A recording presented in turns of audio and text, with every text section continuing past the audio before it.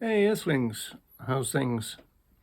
So the question on the agenda today is, how did the animal movement become a militant version of the RSPCA?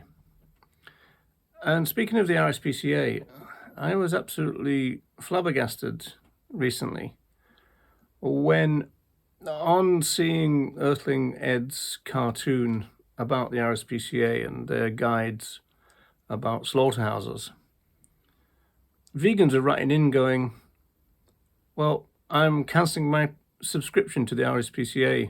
I thought they were a vegan organization. Now, where on earth did they get that idea from? That's what I kind of want to explore here. I think I know the answer, but I'm not so sure. I think it's because in this movement now, the main dominant word that we ever use is cruelty. You see it everywhere. On memes, cruelty, cruelty, cruelty. And in terms of our claims making... Are you against animal cruelty? Yes, I would be, yeah. Yeah, so I think that what happens to animals in animal agriculture is cruel. It's always cruel. Yeah. When you shoot an animal in the head if they had a happy life, I think that's cruel. Chopping animals up into pieces, I think, is cruel. You might even get this kind of ludicrous idea. Yeah, but we're trying to abolish the worst abuse and cruelty to animals on earth. Or you get these ideas about percentages. How many times do the stunning regimes in slaughterhouses work? They're electrocuted, so they're knocked out cold, and then they... But it doesn't always work, though, does it? It does work. It doesn't always work, though, does it? We have vets there watching everything. We're even on CCTV. Now, these are welfare concerns. So is this idea of petitioning the government to prosecute individuals. So where's this come from? Because although the word cruelty has been used by the animal movement, the animal rights movement, liberation, whatever you want to call it, forever, I don't think it's ever been the dominant word. But now it's not only dominant, sometimes it's the only word. You go to a place like TikTok and it's about the only word you see. It's the main word you see in terms of the pictorial representations like memes. It's the only word you see. So how did this happen? And does that feed into the confusion about the RSPCA? I think it does. And I think it's because, and in fact, some of the vegans who said that they were going to cancel their subscription, they said this. They've got the word prevention of cruelty in their name. And so therefore, for them, that meant a vegan organization. No, it's a traditional animal welfare organization. And so there's an interesting thing that's gone on. There's a shift in what it means to be against animal cruelty. For my generation, it was always, well, that's the kind of thing that the RSPCA get involved with. It's not animal rights and it's not veganism. Now there seems to be confusion. Earthling Ed, in his new book, says that the RSPCA are a paradoxical organization. They're not. There's nothing paradoxical about the RSPCA. The real problem, I think, is that we have this cruelty language as our dominant language now in the vegan community. And that's confused people because they see prevention of cruelty in the RSPCA's name and they think it's got something to do with that. Earthling Ed said in the book, the RSPCA should be like the NSPCC, against cruelty to children.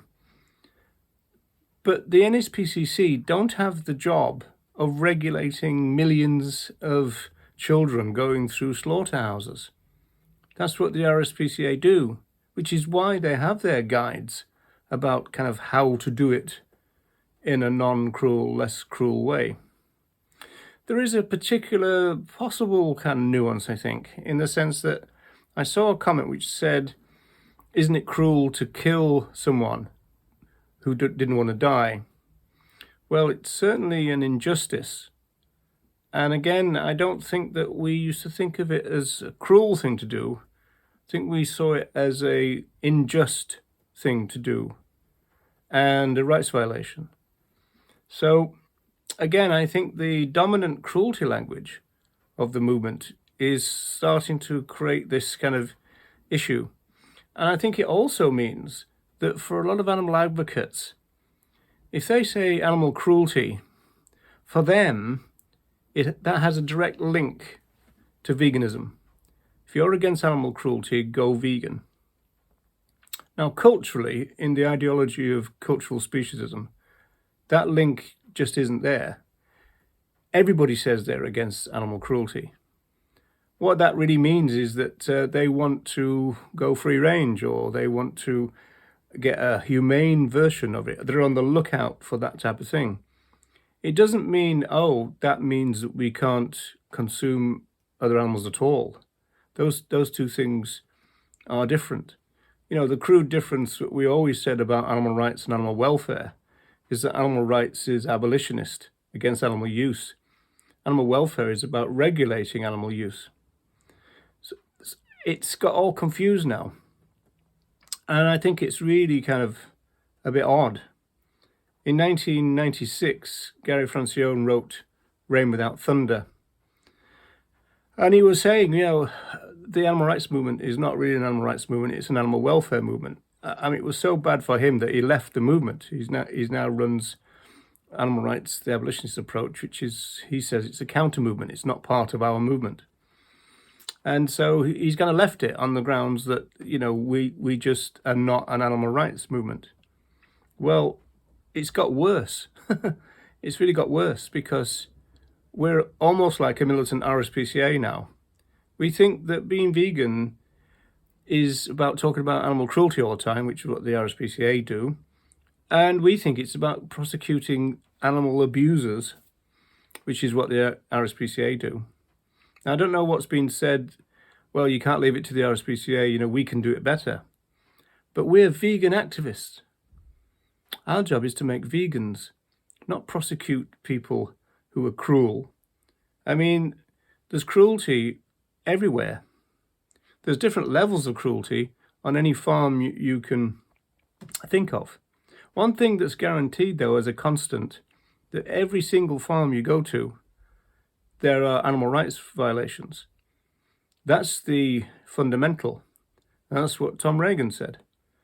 That, you know, cruelty makes things worse, but the fundamental wrong are the rights violations. I don't understand now how come, well, it's kind of like a version of welfare veganism now, and I'm really worried about it. I don't like it. You know, I want to go back to animal rights, animal liberation, not to create a vegan version of animal welfarism. Doesn't make any sense to me.